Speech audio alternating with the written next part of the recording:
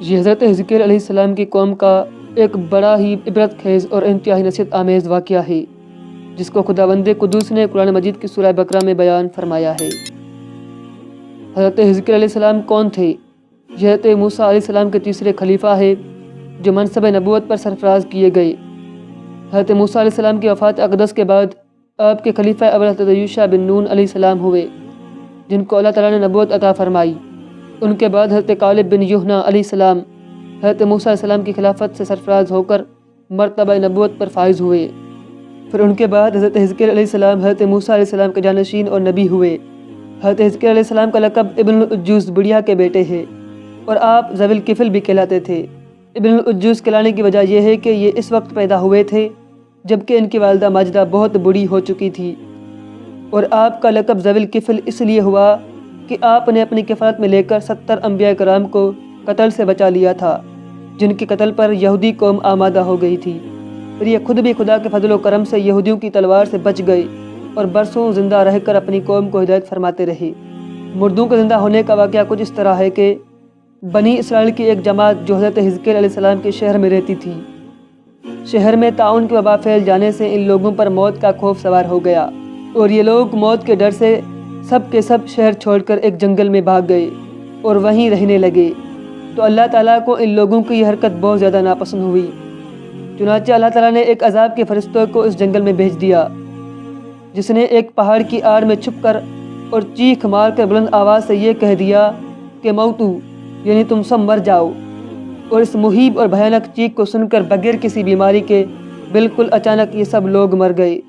جن کی تعداد 70,000 تھی۔ ان مردوں کی تعداد اس قدر زیادہ تھی کہ لوگ ان کے کفن و دفن کا کوئی انتظام نہیں کر سکے،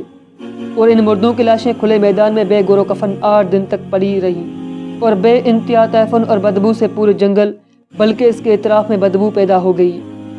کچھ لوگوں نے ان لاشوں پر رحم کھا کر چاروں طرف سے دیوار اٹھا دی تاکہ یہ لاشیں درندوں سے محفوظ رہیں۔ کچھ دنوں کے بعد حضرت حزقیل علیہ السلام کا اس جنگل میں ان لاشوں کے پاس گزر ہوا، تو اپنی قوم کے 70,000 انسانوں کا اس موت ناگہانی اور بے گور و کفن لاشوں کی نفراوانی دیکھ کر رنج و غم سے ان کا دل بھر گیا، آپ دیدہ ہو گئے اور باری تعالیٰ کے دربار میں دکھ بھرے دل سے گڑ گڑا کر دعا مانگنے لگے کہ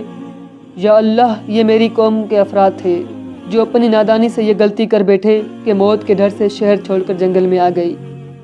یہ سب میرے شہر کے باشندے ہیں، ان لوگوں سے مجھے بہت محبت تھی اور یہ لوگ میرے دکھ سکھ کے شریک تھے۔ افسوس کہ میری قوم ہلاک ہو گئی اور میں بالکل اکیلا رہ گیا۔ اے میرے رب، یہ وہ قوم تھی جو تیری حمد کرتی تھی اور تیری توحید کا اعلان کرتی تھی اور تیری کبریائی کا خطبہ پڑھتی تھی۔ آپ بڑے سوز دل کے ساتھ دعا میں مشغول تھے کہ اچانک آپ پر یہ وحی اتر پڑی کہ اے حزقیل علیہ السلام، آپ ان بکھری ہوئی ہڈیوں سے فرما دیجئے کہ اے ہڈیوں، بے شک اللہ تعالیٰ تم کو حکم فرماتا ہے کہ تم اکٹھا ہو جاؤ۔ یہ سن کر بکھری ہوئی ہڈیوں میں حرکت پیدا ہوئی اور ہر آدمی کی ہڈیاں جمع ہو کر ہڈیوں کے ڈھانچے بن گئے۔ پھر یہ وحی آئی کہ اے حزقیل علیہ السلام، آپ فرما دیجئے کہ اے ہڈیوں، تم کو اللہ کا یہ حکم ہے کہ تم گوشت پہن لو۔ ہڈیوں کے ڈھانچوں نے گوشت پہن لیا۔ پھر تیسری بار یہ وحی نازل ہوئی، اے حزقیل، اب یہ کہہ دو کہ اے مردو، خدا کے حکم سے تم سب اٹھ کر کھڑے ہو جاؤ۔ چنانچہ آپ نے یہ فرما دیا تو آپ کی زبان سے جملہ نکلتے ہی 70,000 لاشیں دم زدن میں ناگہاں یہ پڑھتے ہوئے کھڑی ہو گئیں کہ سبحانک اللہم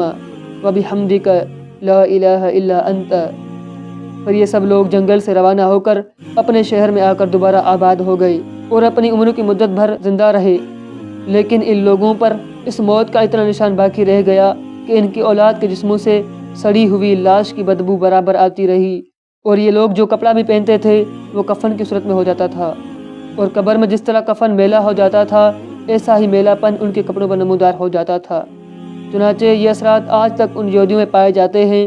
جو ان لوگوں کی نسل سے باقی رہ گئے تھے۔ یہ عجیب و غریب واقعہ قرآن مجید کی سورہ بقرہ میں خداوند قدوس نے اس طرح بیان فرمایا ہے کہ اے محبوب، کیا تم نے نہ دیکھا تھا انہیں جو اپنے گھروں سے نکلے اور وہ ہزاروں تھے موت کے ڈر سے، تو اللہ نے ان سے فرمایا مر جاؤ، پھر انہیں زندہ فرما دیا۔ بے شک اللہ لوگوں پر فضل کرنے والا ہے، مگر اکثر لوگ ناشکرے ہیں۔